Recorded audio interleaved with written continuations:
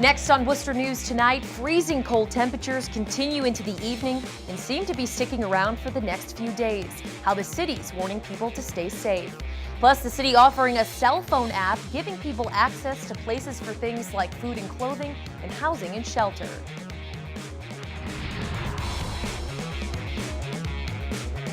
Good evening and thank you for joining us. I'm Anna Botari. Temperatures continuing to drop dangerously low tonight, and tomorrow we're expecting about the same. Worcester Public Schools will have a 2-hour delay Thursday morning. The city is taking precautions to protect people from the cold. Our Gretchen LaRosa has the story. As you can see, the temperatures in Worcester are already below freezing, and they're expected to drop significantly overnight.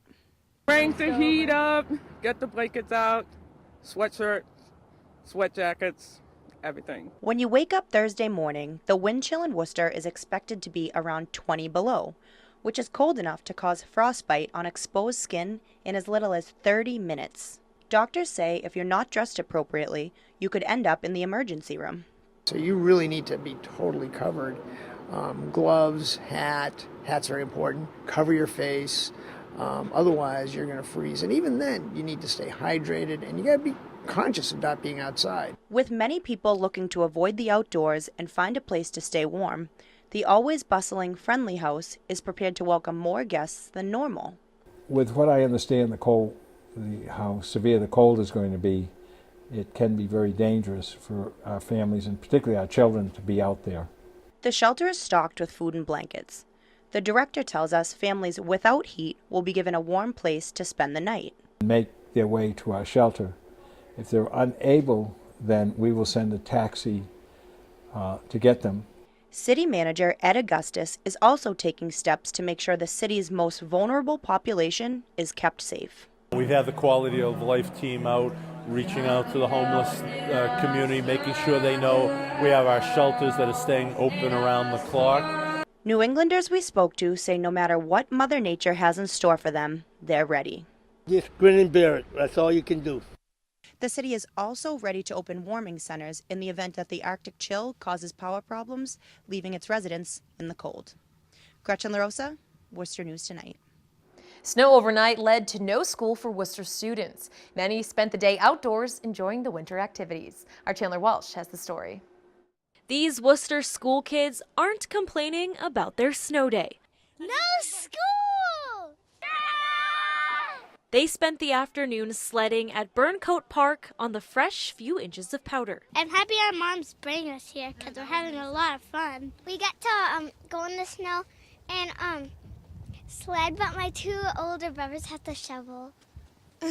Some, like 6th grader Amelia Shaughnessy, chipped in shoveling to help their parents, adding some fun on the side. I was really excited because I had a test today. School was canceled due to the weather, but with many bare streets, parents say it was a pleasant surprise. Frigid temperatures are expected Thursday, which could affect a second day. It looks like maybe a delay might make sense. But it's nice so far. It looks like we might be getting out early for the summer. So I'd like to stick with that. The colder weather is welcome news to David Carrier. This week, the DPW announced skating is safe on some city ponds. Carrier was ice fishing at Elm Park Wednesday and agrees. Today, it's about 5.5 inches, which technically can support an average-sized man with a snowmobile. He says he won't be back tomorrow because the weather could freeze the fish, but forecasted wind chills in the negatives doesn't mean he'll stay inside. I'm an outdoors guy. I don't stay in. I'll be out doing something. I might be out hiking up on that hill tomorrow. Chandler Walsh, Worcester News Tonight. An Android phone app is allowing people to find access to places in Worcester offering things like food and clothing and housing and shelter. The app, called Stigma Free Worcester, was developed by WPI students in collaboration with the City of Worcester's Department of Health and Services. It uses your location to find people close to you, and you can sort them by services they offer, the insurance they accept, and when they're open. Dr. Maddie Castile says it can be a tool to use to help yourself or help someone you know. It's for families to help their kids, their loved ones, whoever it is, that they can access these places and they can see what they do. Dr. Castile says the next step now is to create an app for iPhones. They'll also give access through the city's website. Training Resources of America in Worcester receives a grant from the U.S. Department of Labor to help expand the programs they offer. The nonprofit welcomes students 16 to 24 years old to complete high school or state equivalency degree programs through classroom learning and on-site trade skills in construction and nursing occupations. Through a more than $1 million youth build grant, Training Resources of America plans to expand its nurse aid training program. Partner with the American Red Cross to do all of the clinical training on that. They'll receive their home health aid, CPR, and ultimately their CNA license. Wow, that's excellent. Hire additional staff and will serve 60 students. The Worcester Fire Department and the Boston Bruins Be Fit First Responders Challenge teaming up once again to help the Ava Roy Fund. Worcester firefighter Andrew Starek graduated in the same recruit class as Christopher Roy. Roy died in December after battling a multiple alarm fire. Starek says they want to do as much as they can to help support Roy's daughter Ava. Wednesday, they were at Buck's Whiskey and Burger Bar in Worcester holding raffles. All of the money collected will go directly towards the Ava Roy Memorial Fund. Starek says the community has been a huge support and believes it's not slowing down anytime soon. I feel the community is going to always be there. They're still there for the Worcester Six. We're coming up on our 20 years of the Worcester Six, and there's still events going on for them. There's still, every year we do a memorial for them on December 3rd at the Franklin Street Fire Station, and the people are still coming out for that. So I know the community has our back for as long as we need them. The event will be going on until midnight tonight.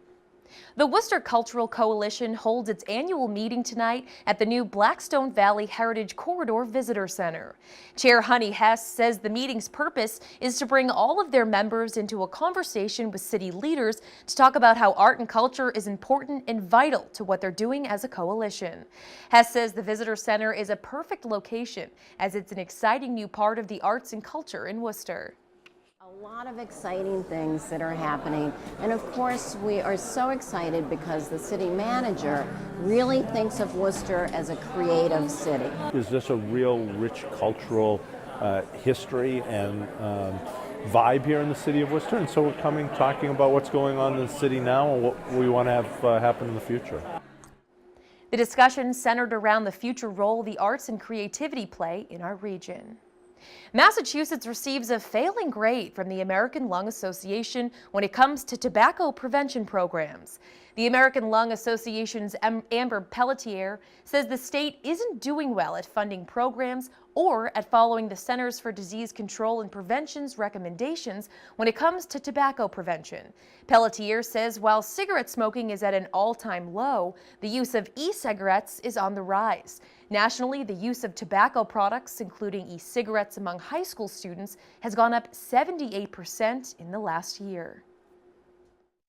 Something that we're trying to shed light on, that, we are making some great moves in terms of Tobacco 21 and regulating smoke-free air, but there's still a lot to do to ensure that people aren't using any tobacco products at all. As we know as an organization that, we might not have a ton of long-term research on e-cigarettes, but all of the chemicals inside those e-cigarettes are things that are proven to cause cancer. Massachusetts was among 43 other states to also receive a failing rating. Pelletier says this past year, Massachusetts did take a step in the right direction by making the legal age to buy tobacco 21. Declaring it a big victory for workers in Worcester. A contractor will have to pay in a case of wage theft. The Worcester's Carpenters Union spent months rallying to raise awareness about workers who weren't being paid properly at a high-profile construction project in the city's downtown. And today, they got the answer they were hoping for. Our Brittany Schaefer has more.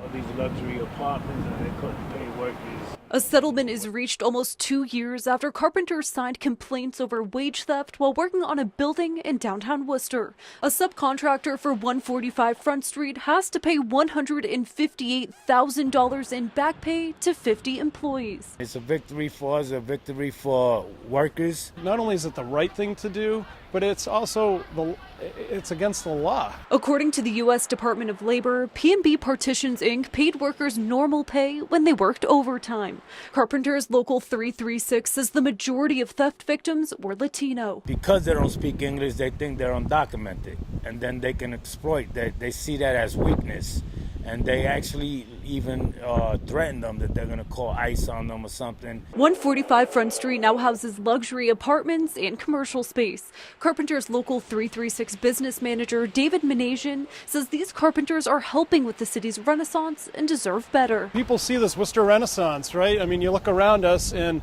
this downtown has changed for the better. But when people are building it and they're getting wage theft, there's tax fraud, there's insurance fraud, who is this Renaissance for? Throughout the process, the Worcester Carpenters Union held rallies downtown. Minasian says it sent a powerful message to the developers and the city. To show that people care about this, that it's a major issue. But I think other developers, other contractors, and our city leaders need to understand as well that people are upset. When they're working and they're separated like this, they ain't got no power, they ain't got no say. And they get together, they becomes a fist, and that becomes power. And that's what we are. And we did reach out to P&B Partitions, but they declined to comment. Brittany Schaefer, Worcester News Tonight.